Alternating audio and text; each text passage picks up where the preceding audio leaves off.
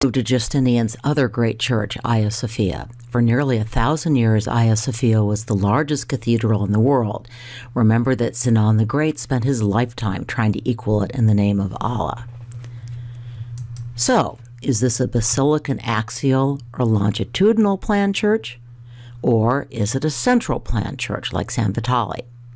Well, the answer is it's both, which is what made Hagia Sophia so transformative in the history of architecture. Justinian wanted to have it all: the huge rectangular spaces of the basilican church and the soaring domes of the central plan. So how did he do it?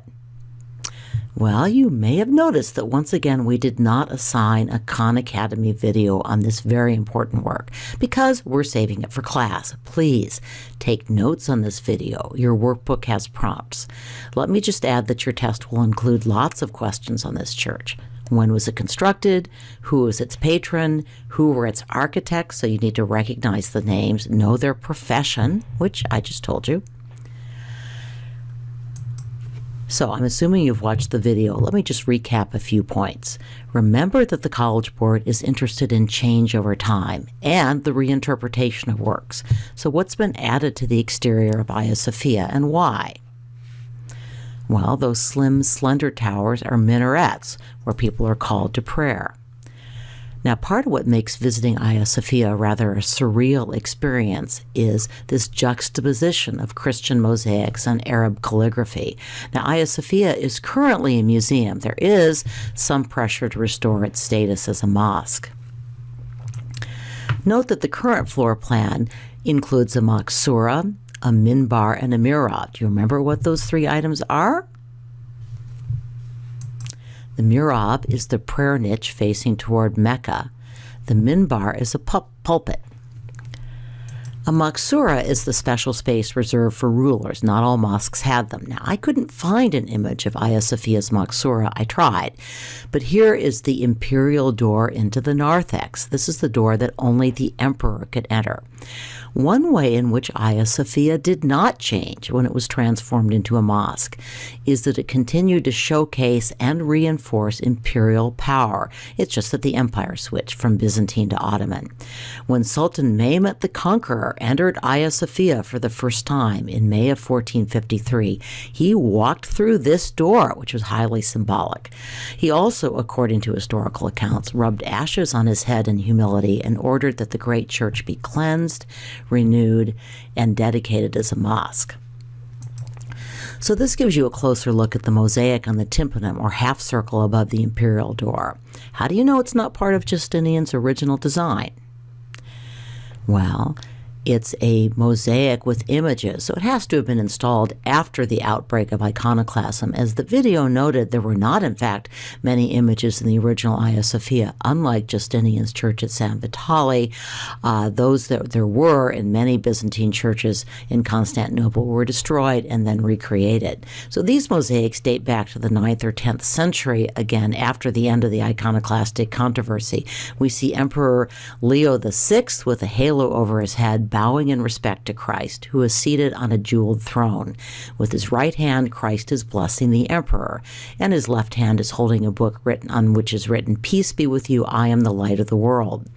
On both sides of Christ, there are figures in roundels. Remember that term? One of them is his mother Mary, and the other is the Archangel Gabriel. And of course, the image is intended to show the timeless power of the emperor and his subjects being blessed by Christ. Here's another mosaic from Hagia Sophia created after the iconoclastic battles of the 8th and 9th centuries.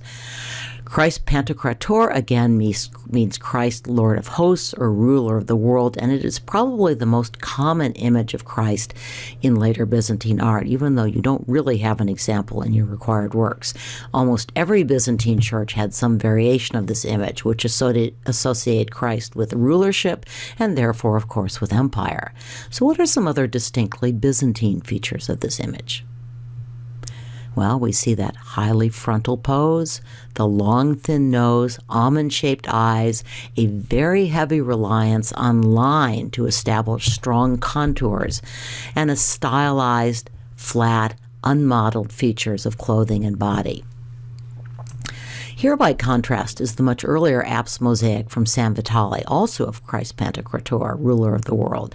He's handing a martyr's crown to San Vitale, while Bishop Eusebius is handing a model of the church to Christ. Note that this is the much younger Christ depicted in earlier Christian art. Still, in comparison with the Christ the Good Shepherd mosaic, which I showed you before, this is very much a Byzantine image.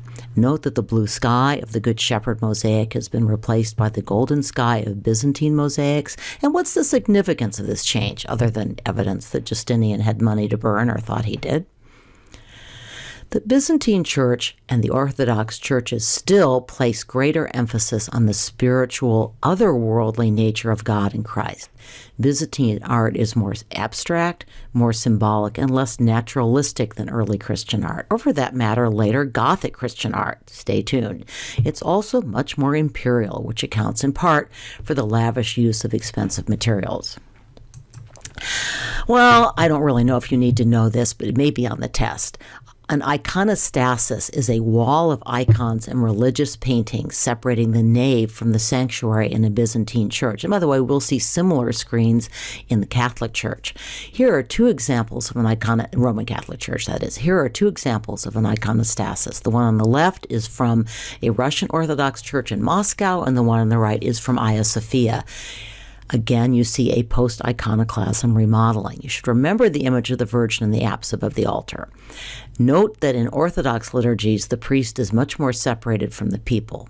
There's that greater emphasis on Christ ruling over the world and to some extent standing outside the world, which is characteristic of the Orthodox faith and practice and reinforced by architecture. Function and form again. Now, the College Board has simply cut out what I consider to be an important swath of medieval art, the art of the Carolingian Renaissance under Charlemagne and the subsequent Ottonian Empire ruled by Charlemagne's Saxon successors. I'm going to talk about this art anyway, a little, in my next lecture, but this work fits better here. Charlemagne's Palace Church in Aachen used to be an AP favorite, and I've kept some questions about it because it's a very important church, and because the College Board might just get sneaky and invite the comparison as one of those works for attribution. Charlemagne set out to restore Roman glory and classical learning. He had himself crowned Holy Roman Emperor by the Pope in the year 800, Christmas Day, and he revived manuscript creation in Europe outside the Celtic fringe of Ireland and Northumbria. We'll talk about that next lecture. He visited Ravenna, where San Vitale is, on several occasions, and his imperial church clearly imitates San Vitale, which is why I think it might possibly show up. So we'll finish up today with a short podcast on the remaining Byzantine required